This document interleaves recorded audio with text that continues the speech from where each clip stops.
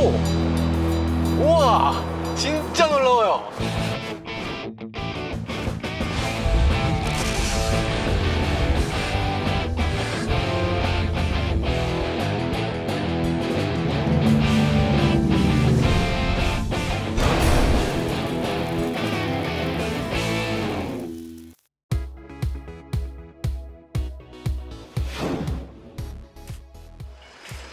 네, 안녕하세요. 모터그래프 김한준 기자입니다. 제규어가 만든 최초의 SUV라고 하니까 또 어떻게 달라졌는지, 어떤 느낌일지 참 궁금하기도 합니다. 오! 이야! 이건 달리는 차네요. 기본형 댐퍼 세팅에서도 생각보다 롤이 많이 발생하지는 않는 것 같아요. 그게 굉장히 인상적이고요. 이런 거구 SUV 치고는 정말 아주 사뿐한 몸집인 것 같아요. 그런 이 SUV의 느낌은 전혀 아닌 것 네. 같은 그런 네. 묘한 느낌이 드네요. SUV라기보다는 온로드에도 이제 스포티하게 달릴 수 있을 만한 차로 만들어졌다 이건데 네. 진짜로 그런 점은 살펴보긴 해야 되겠네요.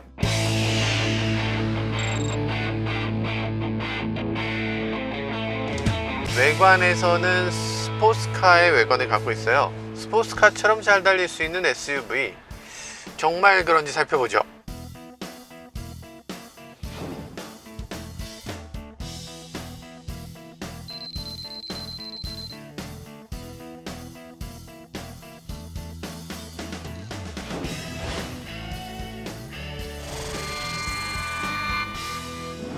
모든 여자분들의 시선을 강탈할 수는 없을 것 같아요. 근데 일부 여자분들이 쳐다봅니다. 꽤 멋있는 자동차거든요. 승차감에 있어서도 굉장히 놀라운 점이 하나 있는데, 설마 이게 디젤이라고는 아예 생각도 못하는 정도의 그런 정숙성과 그런 엔진의 회전 질감을 보여줍니다. 우리가 디젤 사운드라고 하면 약간 좀 탈탈탈탈 거리고 약간 갤갤갤갤하고 진동이 굉장히 심한 느낌이잖아요. 사실 BMW는 그렇게 젠틀한 엔진이 아닙니다. 원래 조용한 엔진이라기보다 굉장히 좀 진동이 좀 심하고 소음도 좀 심한, 대신에 퍼포먼스가 좀 더 좋은 그런 엔진인 거죠. 이 엔진 자체에 좀 진동도 있고 이런 느낌을 먼저 떠올리게 되는데, 그건 4기통 디젤의 특성이고요. 6기통 디젤의 특성은 그렇지가 않습니다. 6기통 디젤은 굉장히 안정감 있고 굉장히 정숙하고 RPM을 낮게 사용하기 때문에 특별히 엔진 소리가 그렇게 크게 나지 않고 토크도 우수하고 그런 모든 좋은 점들을 다 갖고 있는 거죠. 이 차의 토크는 70kg가 넘기 때문에 고RPM으로 굳이 올라가지 않고도 차를 밀어붙이는 느낌이 아주 매력적이죠. F타입 같은 경우는 사운드로 먹고 사는 자동차다 할 정도로 굉장히 사운드가 좋거든요. 푸덕푸덕 하는 그런 팝콘 튀는 것 같은 그런 소리도 나고, 그래서 그런 소리가 F페이스에 좀 조금이라도 좀 도입됐다면 그러면 이 차도 아주 매력적인 사운드가 날 수 있을 텐데, 그게 없어서 이 차에서는 정말 아쉽게 생각됩니다. 디자인적으로 아쉬운 점이 있다면 이 공조장치 구멍이 좀 작아요. 구멍이 좀 작다 보니까 이걸 오토로 눌러놨을 때, 지금 아까 전부터 켜놨는데 네, 소리가 이렇게 크게 납니다. 이 소리 빠르지 않고도 더 많은 공기를 내보낼 수 있는 그런 방법이 있었을 텐데, 어쨌든 공기 구멍이 좀 작습니다. 디자인을 위해서 너무 많은 걸 희생한 거죠. 여기 보면 제규어라는 글씨가 여기도 있고 여기도 있고 여기도 있고 여기도 있고, 하나 둘 셋 넷, 여기 제규어 그림 있고, 뭐 곳곳에 아주 박혀 있습니다. 정말 많은 부분에 실내에도 많이 박혀 있고 실외에도 많이 박혀 있고, 물론 자랑할 만한 브랜드긴 합니다. 그런데 브랜드 이름을 쓰지 않고도 그 브랜드의 컬러를 갖고 있는 게 더욱더 상수 아닌가 이런 생각이 듭니다. 예를 들면 메르세데스 안엔 메르세데스라고 써있지가 않아요. 오로지 삼각 별 모양 하나가 딱 있을 뿐이죠. 그거 하나를 갖고서 이 전체 디자인이 벤츠가 아니고선 아무도 이렇게 만들지 않는 그런 디자인을 갖고 있기 때문에 누가 봐도 벤츠임을 알아볼 수 있게 되는 거죠. 제규어도 어떤 제규어의 디자인 특성을 이 안에서 좀 녹여낼 수 있는 그런 디자인을 해주면 참 좋을 것 같다는 생각이 들어요. 요즘 제규어는 기술적으로 굉장히 우월한 그런 위치에 섰는데, 그리고 디자인적으로도 굉장히 우수한 디자인을 해요. 그런데 그 디자인과 그 기술이 제규어만의 어떤 특성이다라는 느낌을 만들어내지 못하고 있는 것 같아요. 각각이 우수하긴 한데 그냥 우수한 자동차, 그게 제규어라는 말은 못 만들어내는 거죠. 근데 이 차의 오디오 설정은 특이하게 저음, 고음 이렇게 있는 것뿐 아니라 서브우퍼를 또 따로 설정할 수 있게 되어 있습니다. 이 저음, 고음 이런 것에 구애받지 않고, 그러니까 부밍 사운드를 일으키지 않고도 소리를 올려주는 거죠.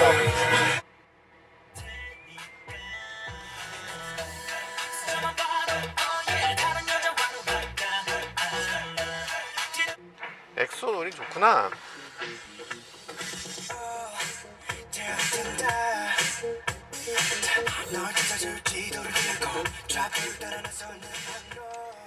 사실 오디오가 이렇게까지 좋지 않으면 저는 엑소 이런 남자 그룹 노래는 절대 듣지 않아요. 근데 지금 오디오가 굉장히 좋은 메르디안 오디오가 달려있다 보니까 이런 음악도 좀 굉장히 섬세하게 들리고 굉장히 좀 즐길 수 있을 것 같은 그런 음악으로 달리 들립니다. 정말 모든 음악에 생명력을 불어넣는 것 같은 그런 오디오 시스템이에요. 메르디안, 개인적으로 메르디안 좋아하기도 하지만 요번 이 차에 장착된 오디오를 보니까 정말 예사롭게 볼 수 없는 정말 우수한 오디오라는 생각이 드네요. 이 자동차라는 이 주행 특성상 이 많은 소리의 대부분이 엔진 사운드에서 마스킹 돼 버리거든요. 그렇기 때문에 이 저음이 그만큼 중요한 겁니다. 그 가정에서 사용되는 오디오 시스템을 그대로 장착해서는 안 되고요. 그거보다 조금 더 과장된 소리를 낼 수 있도록 그렇게 세팅을 해줄 필요가 있어요. 이 차는 그런 자동차 환경에 가장 걸맞는 그런 사운드 시스템을 만들어내고 있네요. 계기판에서 여러 가지 정보를 나타내도록 되어 있는데요. 바늘 주변이 밝아지는 것을 플래시라이트 이펙트라고 하는데 광선검처럼 되어 있어요. 다스베이더의 광선검 같이 빨간색으로 이렇게 광선검색 모양으로 이렇게 나타나고 있네요. 여러 나라 말을 쓸 수 있도록 되어 있는데 중국어, 브라질, 폴스키, 터키, 베트남, 이탈리아노, 에스파뇰, 하여간 언어는 다 있는 것 같아요. 한국어만 빼고 말이죠. 한국어 빼고는 다 있어요. 중국어까지 다 있는데 왜 한국어는 없는 거야? 도대체 한국어가 빠질 만한 이유가 있는 거예요? 우리 우리나라에서 제규어 안 사준다고 이러는 거예요? 이러니까 안 사주는 거 아닌가? 에코 모드로 바꿔볼까요? 훨씬 부드러워요. 이 턱을 넘을 때 그 서스펜션 움직임을 꽤 조절할 수가 있는데요. 가변 댐퍼를 이용하는 차는 많지만 그 가변 댐퍼를 정말 극적으로 바꿔주는 차는 그렇게 흔치 않습니다. 바꿔도 큰 차이가 안 나는 차들이 많죠. 근데 이 차는 아무래도 스트로크가 더 길다 보니까 그런 건지 가변 댐퍼의 효과가 아주 적극적으로 나타나고 있습니다. 그러니까 과속 방지 턱을 넘을 때 이걸 지금 다이내믹 모드로 바꿔놓고 나면 굉장히 딱딱하게 느껴지거든요. 근데 에코 모드로 바꾸고 나면 서스펜션이 부드러워서 그렇게까지 딱딱하게 느껴지진 않는 거죠. 부드럽게 넘어갑니다. 이게 사실 저렴한 차는 아니잖아요. 가격이 1억인데 근데 이 차에는 어댑티브 크루즈 컨트롤이 없습니다. 이런 일이 있을 수가 있죠? 2천만원짜리 뉴로에도 있는데 1억짜리 차에 어댑티브 크루즈 컨트롤을 안 넣어준다는 건 이건 그냥 말도 안 되는 것 같아요. 기본적으로 이 차는 후륜구동 세팅입니다. 후륜구동으로 해서 뒤쪽에 힘의 대부분을 보내고 앞바퀴는 그저 거들 뿐인데 이 토크 배분을 하다 보면 급가속을 하게 되면 이 토크 배분을 적당하게 해서 앞뒤 바퀴가 50대 50이거나 아니면 그 이상으로 앞바퀴의 토크를 더 많이 전달하기까지 하는 것을 볼 수가 있습니다. 이 차는 300마력이 넘는 자동차다 보니까 엄청난 퍼포먼스를 냅니다. 퍼포먼스가 300마력이라는 게 이 차에는 정말 딱 맞는 것 같아요. 이 덩치를 자유롭게 끌고 다닐 수 있는 그런 정도의 출력. 가속 페달을 밟았을 때 통쾌하구나 하고 딱 뻗어나갈 수 있는 그런 느낌, 약간의 스릴까지 느껴지는 그런 가속감, 그런 것들이 바로 이 차의 가장 적합한 출력, 가장 적합한 토크라는 생각이 듭니다. 그리고 가속 페달을 밟기 전에 이 차는 출발할 때 2단 가속을 하는데 RPM이 조금 올라야만 힘을 받기 때문에 초반에 약간 RPM을 이렇게 띄우는 그런 방식으로 되어 있어요. RPM을 좀 높게 가져가는 엔진입니다. 디젤 엔진이면 은근히 이제 저 RPM에서 토크발로 이렇게 쭉 올라가는 그런 걸 기대하기 쉬운데 이 차의 디젤 엔진은 전혀 그런 방식이 아니고 RPM을 좀 올리면서 사용하는 그런 가솔린 엔진의 느낌이 그래서 더 강하게 되는 겁니다. 지금 고속으로 달릴 때 롤이라든지 이런 것들이 잘 잡혀 있고 그런데 거기에 조금 더 스포티하게 세팅을 바꿔보면 다이나믹 모드로 이렇게 바꿔보면 느낌이 또 전혀 다른 차로 바뀝니다. 그냥 다른 차를 타는 것 같은 느낌이에요. 정말 많이 달라지고요. 노면을 지날 때 이렇게 물퉁물퉁한 노면을 지날 때 소리가 이 정도 나죠. 지금 이건 스포티하게 세팅을 해놔서 그렇고요. 옆으로 이렇게 에코 모드를 바꿔놓으면 잔 충격도 훨씬 더 많이 줄어들고, 그리고 노면 충격도 훨씬 더 줄어드네요. 그 코너를 들어설 때 사실 노면 이 서스펜션을 단단하게 했을 때에 비해서 좀 더 쏠릴 수가 있을 것 같은데요. 그럼에도 불구하고 이 차는 거의 쏠림 없이 이렇게 가는 게 요즘 자동차, 요즘 SUV의 어떤 특성에 걸맞게 잘 만들어진 것 같습니다.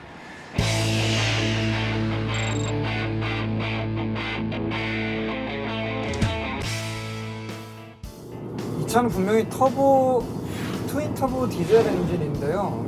희한하게 고RPM에 올라가면 슈퍼차저의 작동처럼 엥 하는 이런 소리가 나요.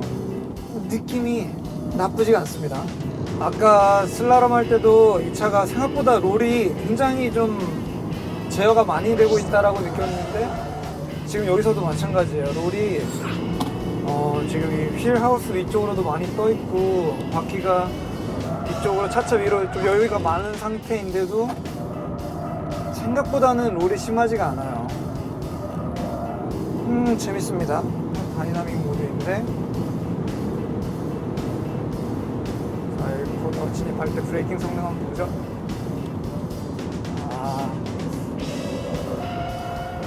야, 이게 SUV가 꼬리가 살짝 돌아주네요. 그 제기어에 터닝할 때 이 엉덩이를 살짝 이렇게 고쳐앉는 그런 어떤 특유의 느낌이 똑같진 않지만 그래도 제법 비슷하게 남아있어요. SUV임에도 불구하고. 터닝이 굉장히 오버스티어 성향을 많이 가지고 있어서 하중만 적절하게 앞쪽으로 잘 걸어주면 이렇게 카운터 스티어가 들어가야 될 만큼 꼬리가 잘 흘러주네요.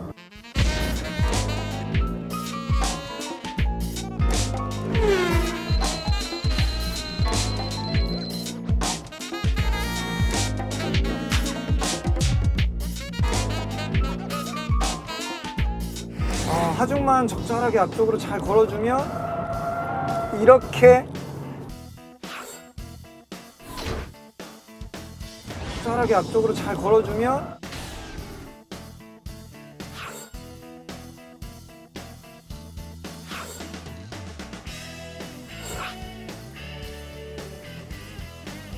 하중만 적절하게 앞쪽으로 잘 걸어주면 이렇게 카운터 스티어가 들어가야 될 만큼 꼬리가 잘 흘러주네요.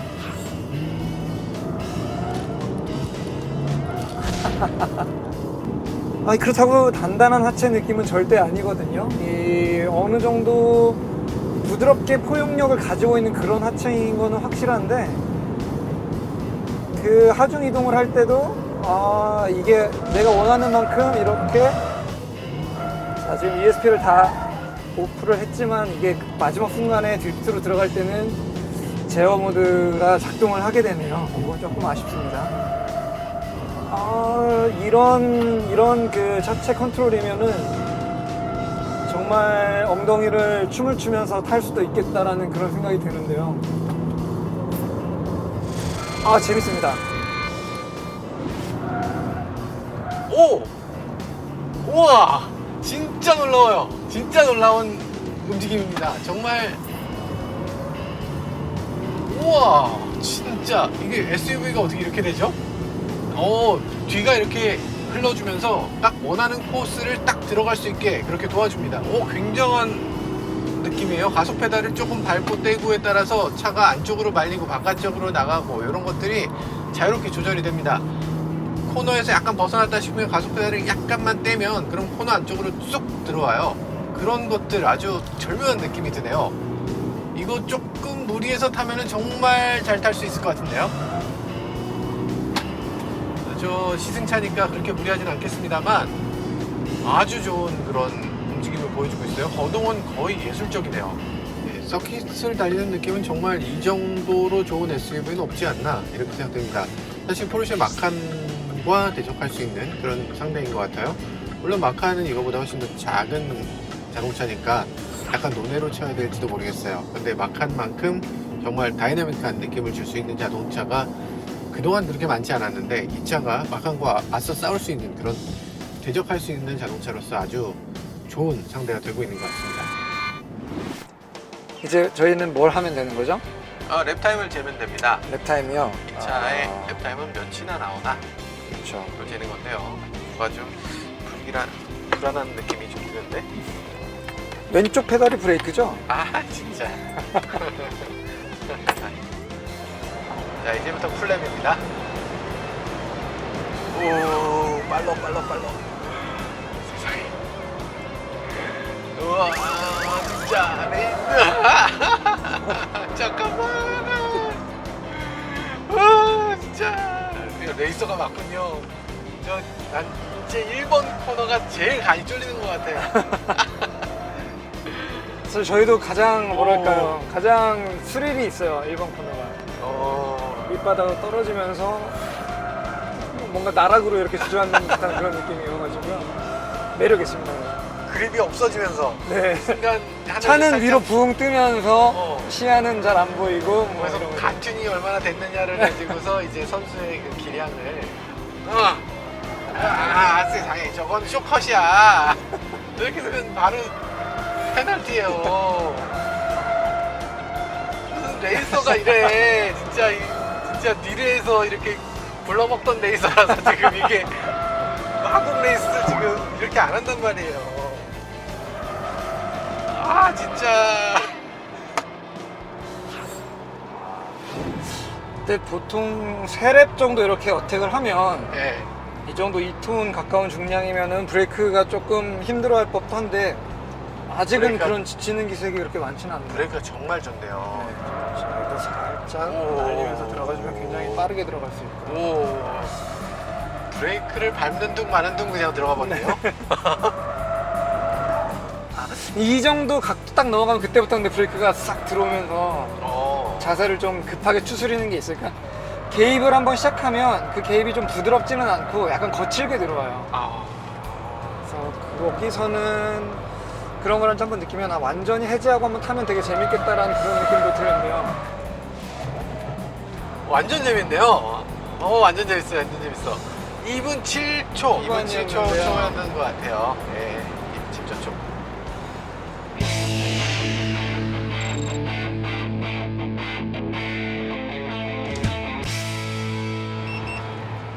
(7.9초)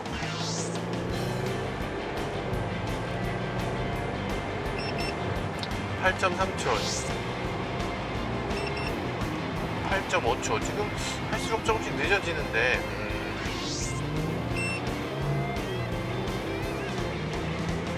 변속될 때 느낌도 바뀌네요.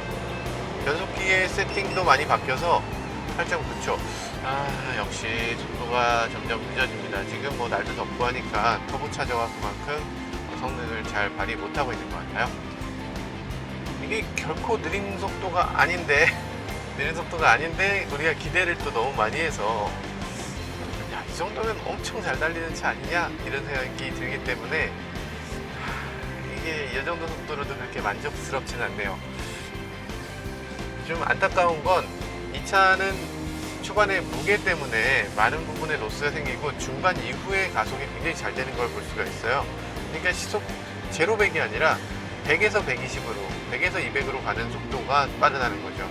일단 출발한 다음에 고속도로에서 가속을 해보면 이렇게 아주 대단히 잘 달리는 걸 볼 수가 있는데, 그런데 이게 일반 도로에서 정지했다가 출발하려고 하면 그만큼 빠르지 못한 그런 모습을 보여줍니다. F페이스를 사야 될 이유 3가지, 그리고 사지 말아야 될 이유 3가지입니다.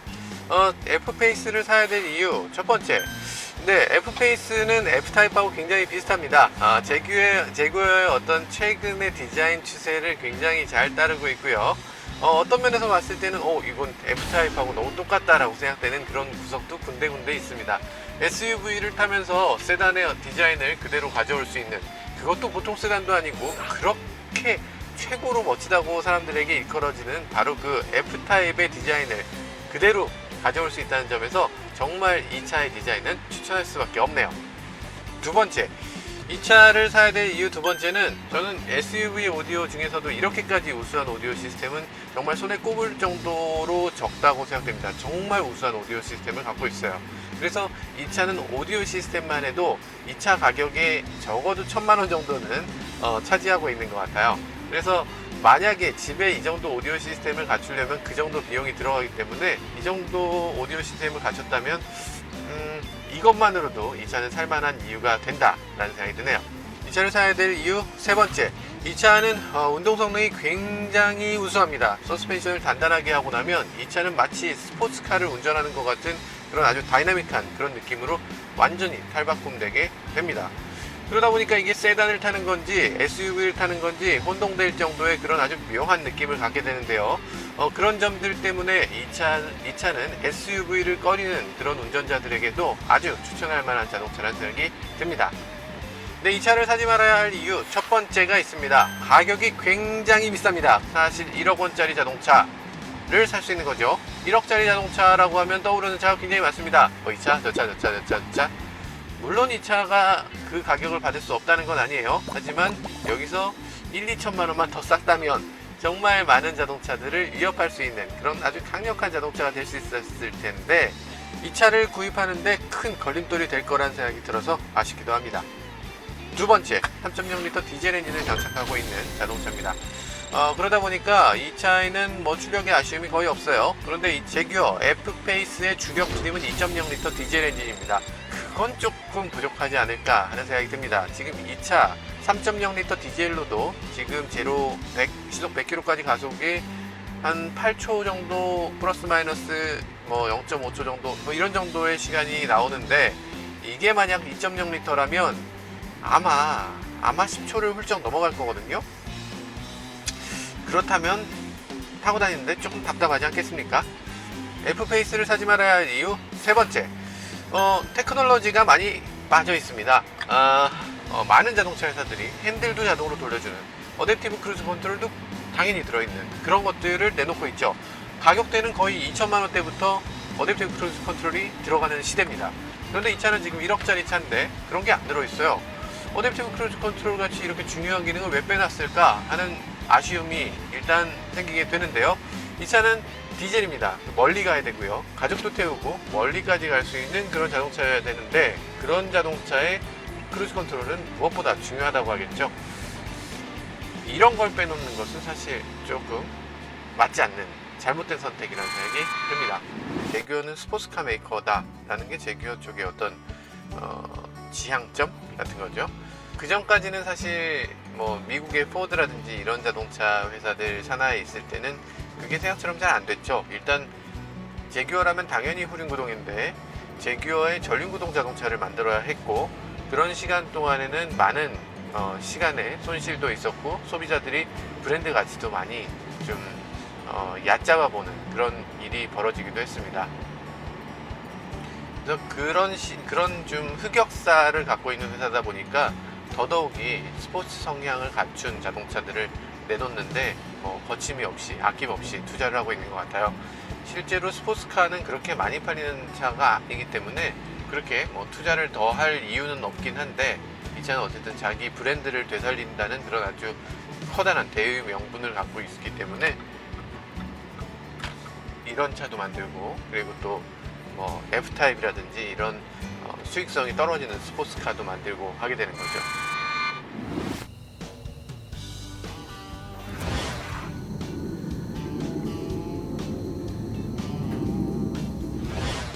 와, 진짜 저희 오늘은 제규어 F타입이 아니라 F페이스를 시승해 봤는데요.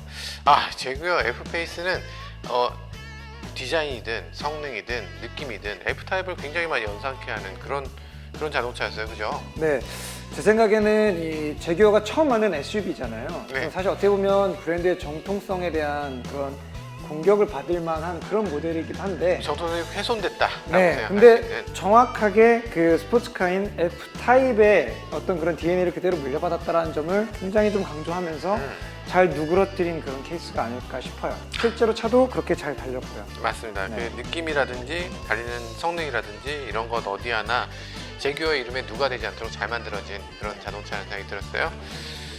재미있는 자동차였고요. 앞으로도 이런 자동차, 제규어 자동차도 많이 한번 시승해 보도록 하겠습니다. 지금까지 모터그래프 김한용 기자였습니다. 강병이었습니다.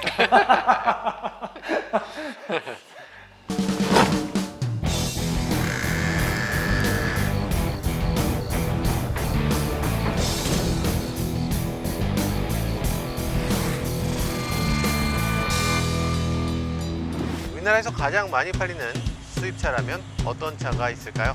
어우... 이런 거죠. 이런 거예요. 아니 이게 뭡니까? 이런 거예요. 아주 빠르게, 아주 재밌게 또 탈 수 있는 거죠. 물론 그러라고 만든 차는 아니에요. 아 근데 의외인데요. 몇 바퀴 돌면 재미가 없어질 줄 알았는데 트랙을 타는 재미가 괜찮습니다. 5세대가 7년 만에 이렇게 새롭게 거듭났다고 합니다.